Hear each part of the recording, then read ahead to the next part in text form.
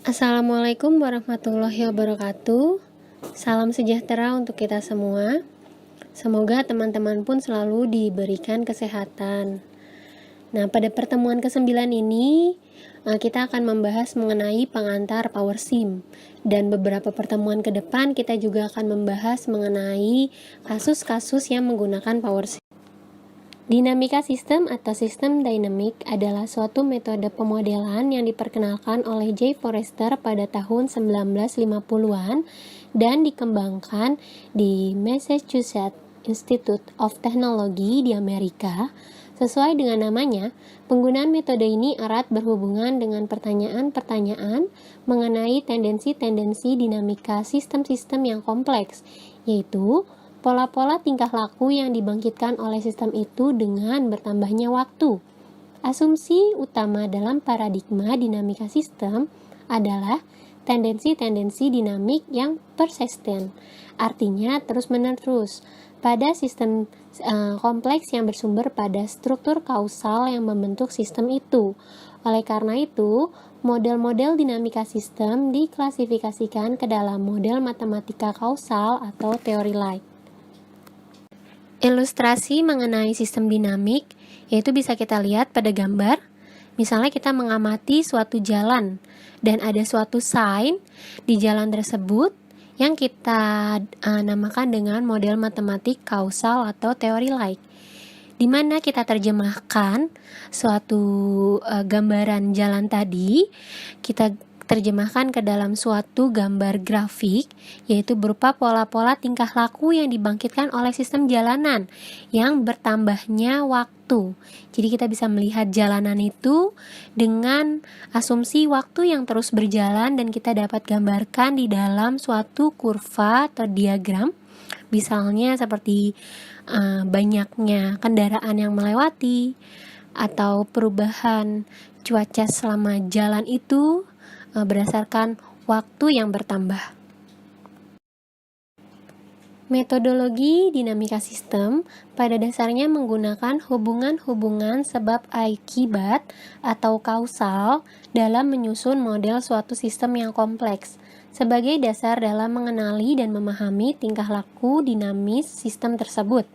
Dengan kata lain, penggunaan metodologi dinamika sistem lebih ditekankan kepada tujuan-tujuan peningkatan pengertian kita tentang bagaimana tingkah laku sistem muncul dari strukturnya. Persoalan yang dapat dengan tepat dimodelkan menggunakan metodologi dinamika sistem adalah masalah yang mempunyai sifat dinamis atau berubah terhadap waktu, dan struktur fenomenanya mengandung paling sedikit satu struktur umpan balik atau feedback struktur. Dan suatu model dinamika sistem dibentuk karena adanya hubungan sebab akibat yang memengaruhi struktur di dalamnya, baik secara langsung antara dua struktur maupun akibat dari berbagai hubungan yang terjadi pada sejumlah struktur, hingga membentuk umpan balik atau causal loop. Struktur umpan balik ini merupakan lingkaran-lingkaran hubungan sebab akibat dari variabel-variabel yang melingkar secara tertutup. Metodologi dinamika sistem pada dasarnya menggunakan hubungan-hubungan sebab akibat atau kausal dalam menyusun model suatu sistem yang kompleks sebagai dasar dalam mengenali dan memahami tingkah laku dinamis sistem tersebut. Penggunaan metodologi dinamika sistem lebih ditekankan kepada tujuan-tujuan peningkatan pengertian tentang bagaimana tingkah laku sistem muncul dari strukturnya. Ada dua macam hubungan kausal, yaitu hubungan sebab akibat positif dan hubungan sebab akibat negatif. Dan ada dua macam umpan balik, yaitu umpan balik positif atau growth dan umpan balik negatif atau goal seeking. Simulasinya berbentuk causal loop. Mungkin kalian sudah pernah mendengar pada pertemuan 1 yang telah saya jelaskan. Dalam sistem dinamik, sistem didefinisikan sebagai sebuah kumpulan unsur-unsur yang secara kontinu berinteraksi satu sama lain terhadap waktu untuk membentuk sebuah keseluruhan yang satu atau unified whole. Hubungan antar komponen-komponen dari sebuah sistem disebut struktur sistem. Istilah dinamik merujuk pada perubahan yang terjadi terhadap waktu atau dari waktu ke waktu. Cara unsur-unsur atau variabel-variabel yang menyusun sebuah sistem berubah terhadap waktu itu menunjukkan perilaku atau behavior sistem tersebut. Interaksi sistem dengan lingkungan dapat digambarkan dengan variabel input dan output. Variabel input berasal dari luar sistem dan tidak secara langsung tergantung oleh kejadian di dalam sistem. Sedangkan variabel output berasal dari dalam sistem ketika berinteraksi dengan lingkungan. Variabel keadaan diperlukan untuk menggambarkan sistem yang merupakan variabel sistem yang dapat menyatakan keadaan sistem pada suatu waktu tertentu. Terlihat pada gambar, kita bisa melihat kondisi awal dari sistem nyata, kemudian kita terjemahkan ke dalam sistem dinamik yang berupa parameter dan variabel keadaan. Tentunya ada gangguan-gangguan di luar sistem dinamik atau kendala atau constraint. Pada mulanya, Forrester menerapkan metodologi dinamika sistem untuk memecahkan persoalan-persoalan yang terdapat dalam industri atau perusahaan. Model-model dinamika sistem pertama kali ditunjukkan kepada permasalahan manajemen yang umumnya seperti fluktuasi inventory, ketidakstabilan tenaga kerja, dan penurunan pangsa pasar suatu perusahaan. Perkembangannya terus meningkat semenjak pemanfaatannya dalam persoalan sistem-sistem sosial yang sangat beragam yang dilakukan dan dimanfaatkan oleh pemegang kebijakan. Perangkat lunak atau software. Pembuatan model dinamika sistem umumnya dilakukan dengan menggunakan perangkat lunak yang memang dirancang khusus. Perangkat lunak tersebut antara lain PowerSim, FanSim, Stella, dan Dynamo. Pertama, PowerSim. Pada pertengahan 1980-an, penelitian yang disponsori pemerintahan Norwegia yang bertujuan untuk meningkatkan kualitas pendidikan sekolah tinggi menggunakan model dinamika sistem. Proyek ini menghasilkan dalam pengembangan Musa, sistem berorientasi objektif ditujukan terutama pada perkembangan game berbasis simulasi untuk pendidikan. PowerSim kemudian dikembangkan sebagai lingkungan berbasis Windows untuk mengembangkan model sistem dinamika yang juga memfasilitasi kemasan sebagai permainan interaktif atau lingkungan belajar. Yang kedua adalah FanSim. FanSim adalah sebuah perangkat lunak simulasi yang dibuat oleh Ventana Sim Inc. dari Universitas Harvard dan MIT. Tujuannya adalah untuk membantu perusahaan untuk menemukan solusi optimal dalam berbagai situasi yang membutuhkan analisis dan di mana itu diperlukan untuk mengetahui semua hasil yang mungkin dari implementasi masa depan atau keputusan. FanSim mampu mensimulasikan perilaku dinamika dari sistem yang tidak mungkin untuk menganalisis tanpa yang sesuai dengan perangkat lunak simulasi, karena mereka tidak bisa ditebak karena banyak pengaruh, umpan balik, dan lain-lain. Ini membantu dengan kausalitas loop identifikasi dan menemukan poin memanfaatkan. Yang ketiga, Stella. Awalnya diperkenalkan oleh Macintosh pada tahun 1984. Perangkat lunak Stella yang disediakan front-end grafis berorientasi untuk pengembangan model sistem dinamik. Diagram stok dan aliran digunakan dalam literatur dinamika sistem secara langsung didukung dengan serangkaian alat-alat yang mendukung pengembangan model. Menulis persamaan dilakukan melalui kotak dialog yang diakses dari diagram saham dan aliran. iThink tersedia untuk komputer Macintosh dan Windows. Dan yang terakhir adalah Dynamo. Dynamo adalah sistem dinamika bahasa simulasi yang pertama, dan untuk waktu yang lama, Bahasa dan lapangan dianggap dengan sinonim. Awalnya dikembangkan oleh Jack Book di MIT. Bahasa dibuat secara komersial, terdiri dari Book Robert di awal 1960-an.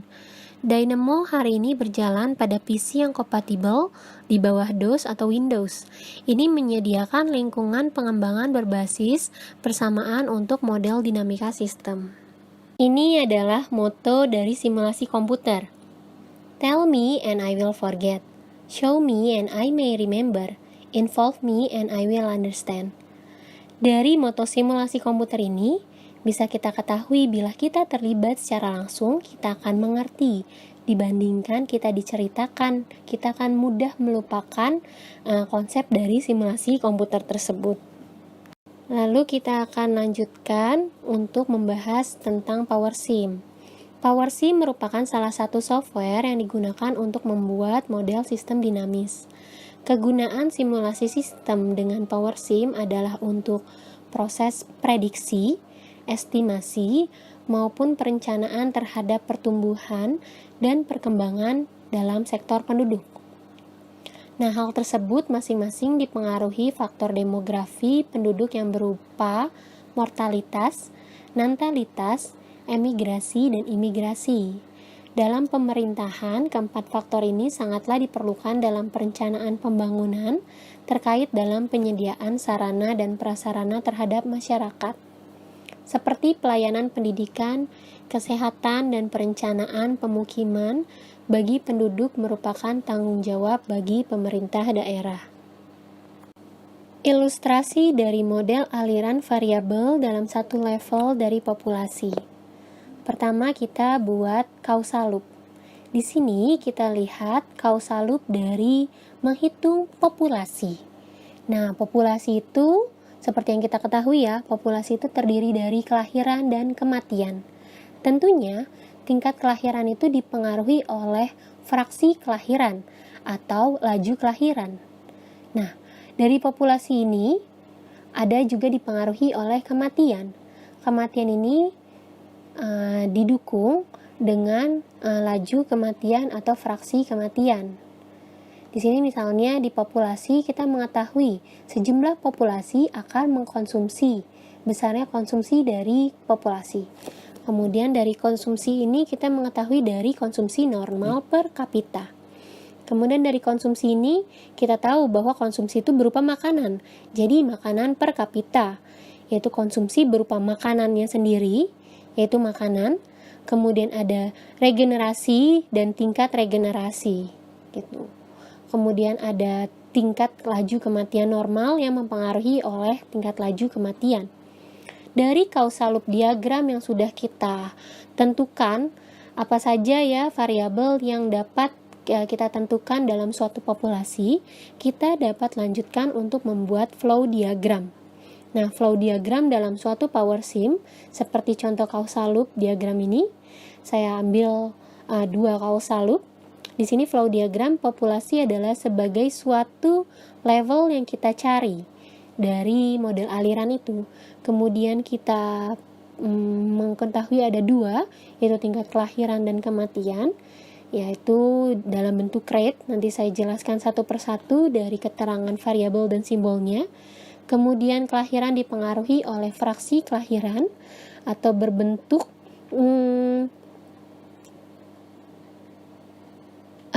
tingkat laju kelahiran atau konstan yang nilainya pasti ada ya.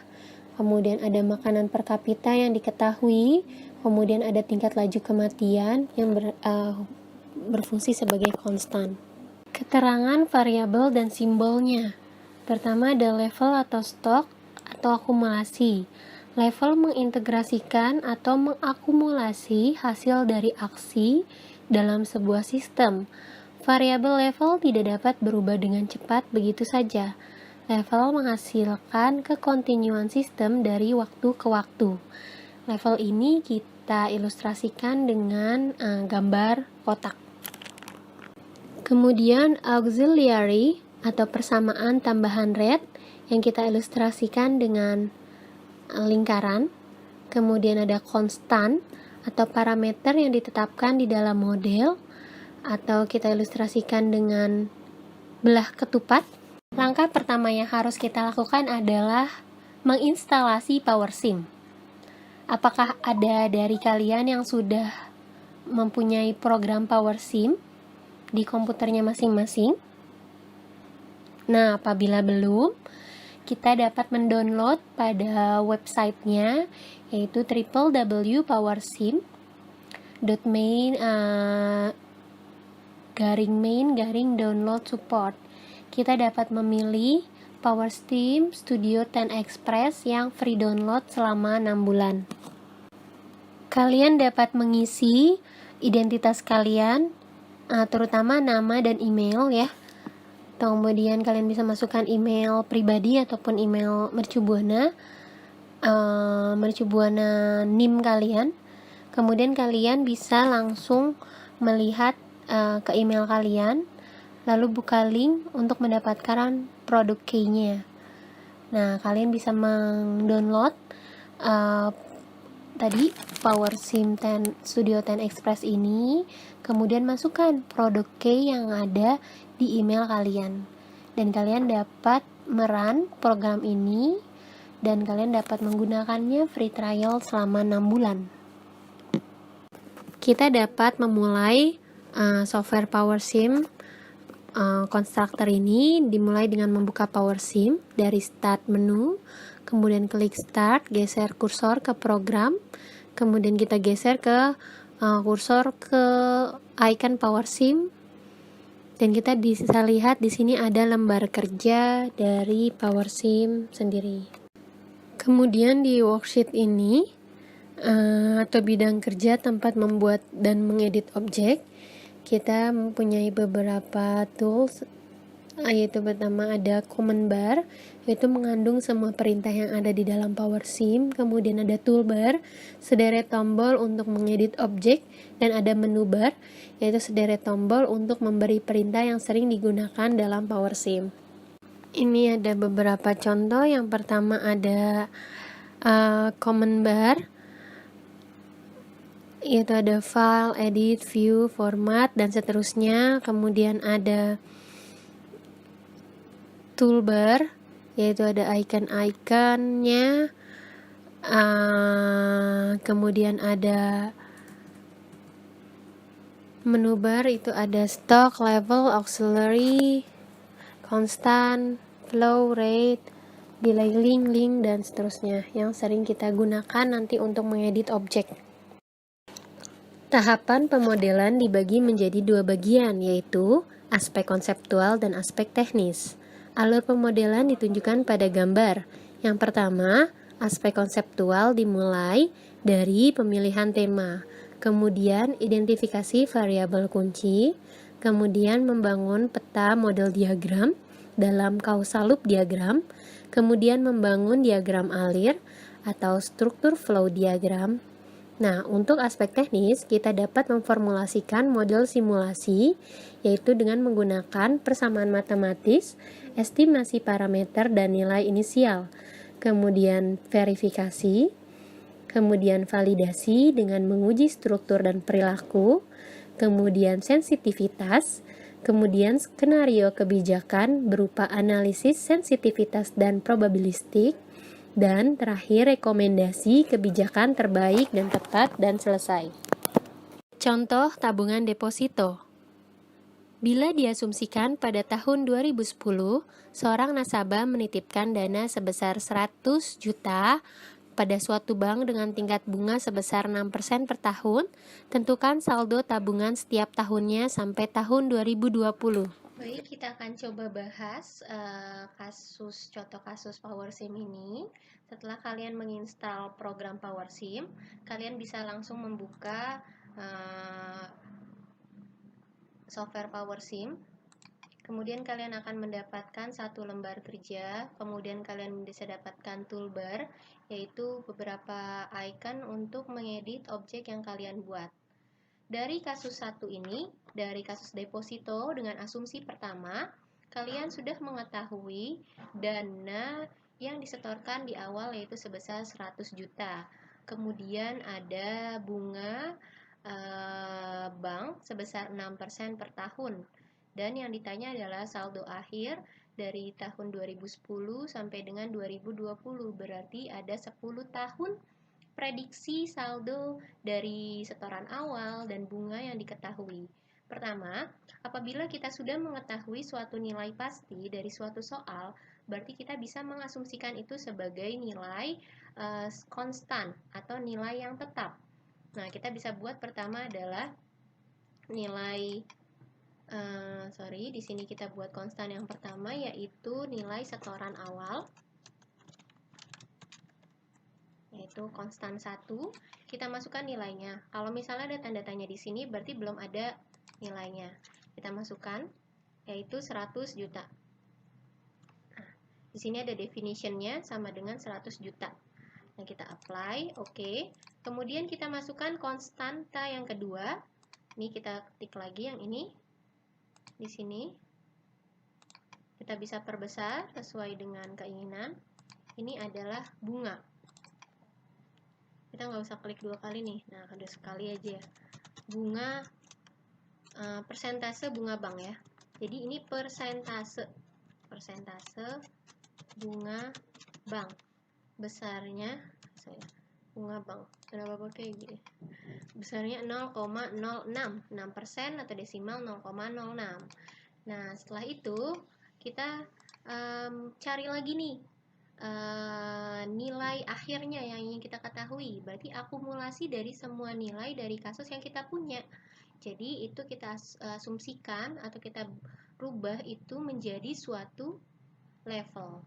Nah, level itu bentuknya kotak, yaitu yang ditanya adalah saldo akhir atau saldo deposito. Nah, saldo deposito itu kan nilainya pasti dari tahun 2010 sampai 2020. Nah, kalau tahun 2010 kan setoran awalnya ya. Nah, kita masukkan di sini.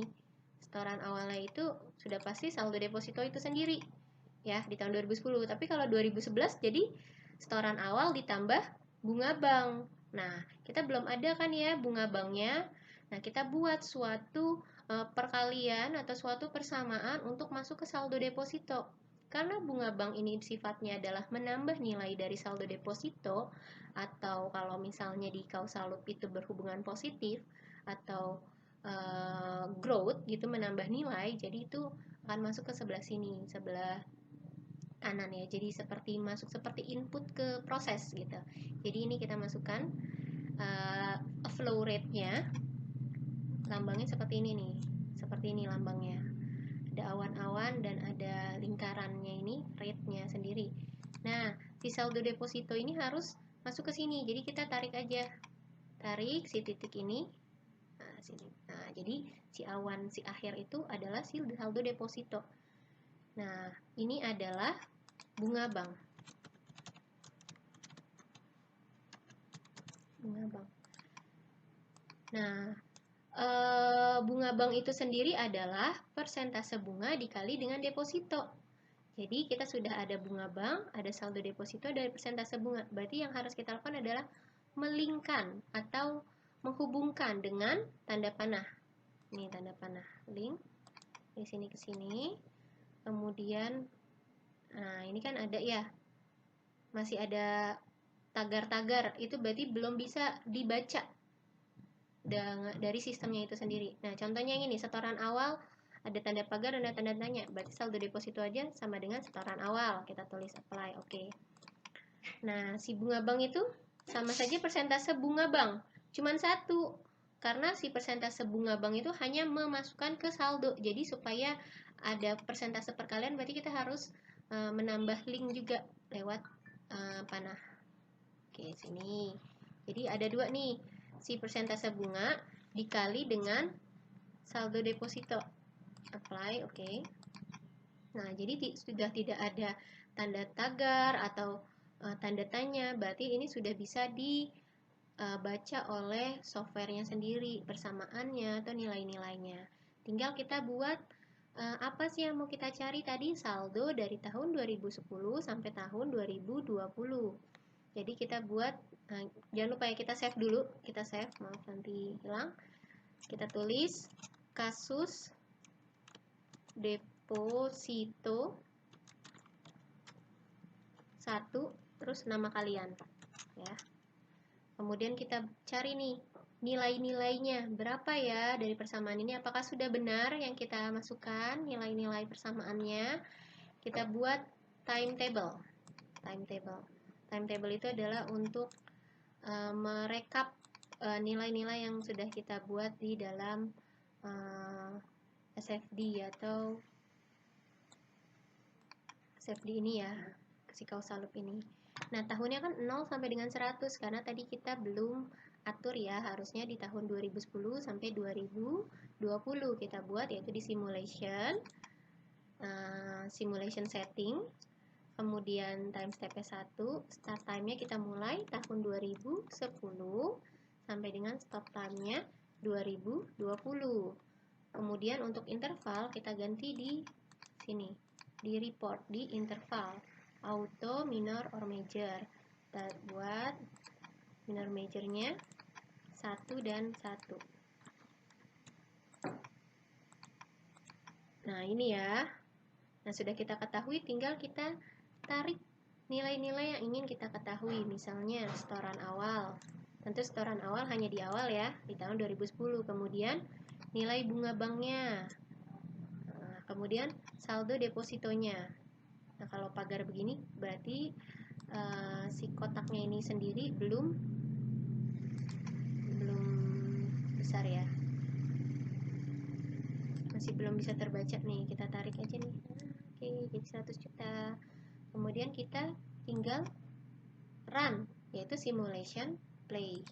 Oke, jadi ini pagar kita besarkan. Nah, jadi selama 10 tahun kita menyetorkan dana sebesar 100 juta dengan persentase bunga 6%. Jadi kita dapatkan saldo tahun 2020 meningkat atau menjadi 179 juta 84.769 sekian-sekian ya.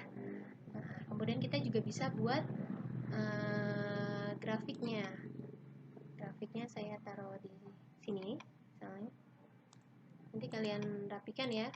Sini, di sini. Misalnya di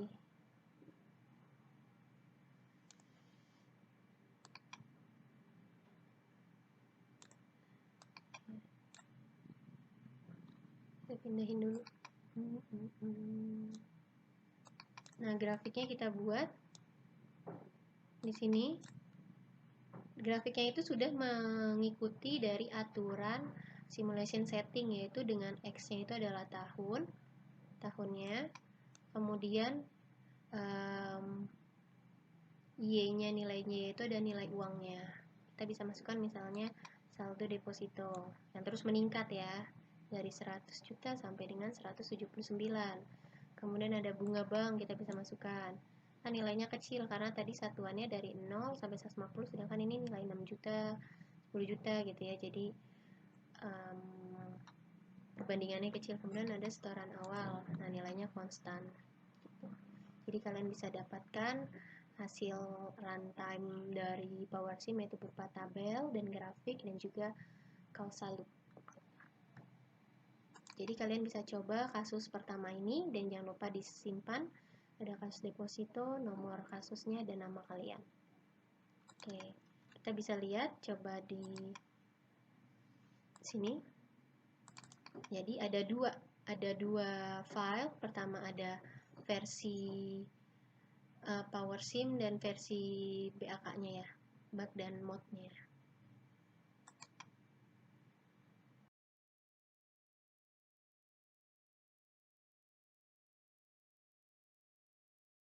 Kemudian kita bisa lanjutkan ke kasus deposito dengan asumsi kedua.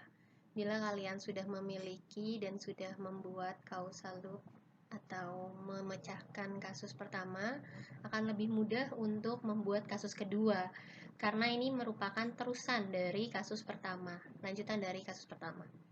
Jadi kasus kedua ini menambahkan pajak.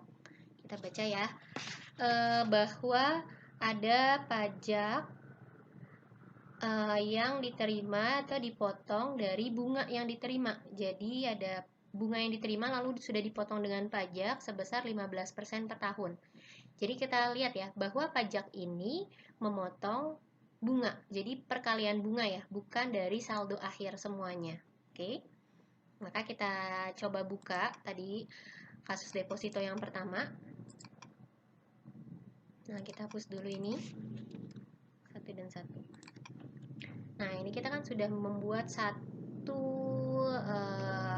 sebenarnya bukan satu causal loop ya, setengah causal loop, karena satu causal loop yang disebut itu ada yang masuk dan ada yang keluar. Nah, begitu juga dengan pajak, berarti pajak itu adalah mengurangi nilai dari si levelnya itu sendiri. Kan pajak pasti akan mengurangi nilai saldo kita kan ya. Pajak bukan menambah nilai kita, karena nilai saldo itu pasti ditambah oleh nilai bunga, nilai setoran, inputan. Tapi kalau yang mengurangi, berarti kita harus yang keluar gitu. Seperti kalau proses input, proses output itu adalah output yang keluarnya gitu. Jadi kita menambahkan si flow rate-nya. Kita klik, ini kita klikkan, terus kita tambahkan flow rate. Oke, terus kita tulis di sini adalah pajak. Nah, tadi kita sudah mengetahui bahwa persentase pajak itu adalah 15%. Jadi itu adalah nilai konstan yang sudah kita ketahui, seperti contoh satu tadi ya. Jadi kita masukkan nilai konstannya. Ini ada persentase pajak, misalnya seperti itu. Terus kita definisikan persentase pajak itu adalah 0,15 ya persen per tahun. Nah, berarti persentasenya itu pasti kita hubungkan ke laju pajaknya sendiri ya. Nah, seperti itu. Nah, ini masih ada pagar dan panah karena belum ada yang didefinisikan, belum ada yang bisa dibaca. Nah, kalau di sini kan pajak itu hanya ada persentase pajak yang aktif. Berarti kita harus melingkan kembali nih si bunga. Berarti dari bunga ya ke pajak. Nah, seperti ini. Jadi di sini kita bisa ketahui bahwa bunga bank dikali dengan persentase pajak, nah, itu akan menjadi pajak. Jadi hasil bunganya itu dikali dengan persentase pajak 0,15%, itu menjadi pajak yang akan mengurangi nilai saldo deposito. Gitu. Jadi kita mulai lagi buat timetable-nya. Di sini kita buat timetable-nya. Timetable yang ini.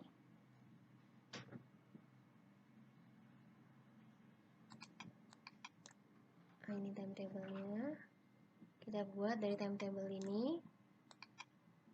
Kita tarik lagi apa yang mau kita ketahui, misalnya bunga bank, ya, besarnya pajak, ya, kemudian saldo deposito.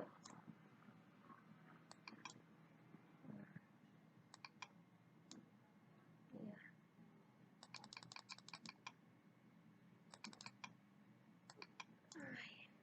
Terus kita simulation run. Nah, ini nilai bunga bank, nilai pajak. Jadi pajak 15% dari bunga bank dan akan mengurangi si saldo deposito untuk tahun berikutnya, seperti itu. Kemudian kita bisa buat grafiknya. Misalnya grafiknya di sini. Sesuai dengan simulation setting, dengan X-nya adalah waktu dan Y-nya itu dan nilai uang. Nah, kita masukkan bunga bank, terus pajak, nilai pajak, dan saldo deposito akhir. Nah, ini ya.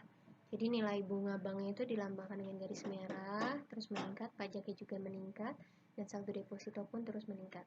Jadi di tahun 2020 dengan ada bunga bank 6% dan dengan pajak yang mengambil nilai bunga bank 15% dan saldo setoran awal di tahun 2010 itu adalah 100 juta. Ini saya tidak masukkan ya setoran awalnya. Kita bisa dapatkan prediksi saldo deposito kita di tahun 2020 adalah 164 juta 447.456 sekian ya. Jadi pasti nilainya lebih kecil dibandingkan kita hanya menerima bunga, tidak dikurangi dengan pajak. Jadi kalian bisa save kembali. Ini adalah kasus yang kedua ya, jangan sampai dua kali Nah, jangan sampai tertiban ya, jadi nanti kasus satunya hilang. Jadi ini adalah kasus kedua, yaitu dengan bunga bank dan pajak. Jadi silakan kalian coba simulasikan kasus deposito ini dengan PowerSim.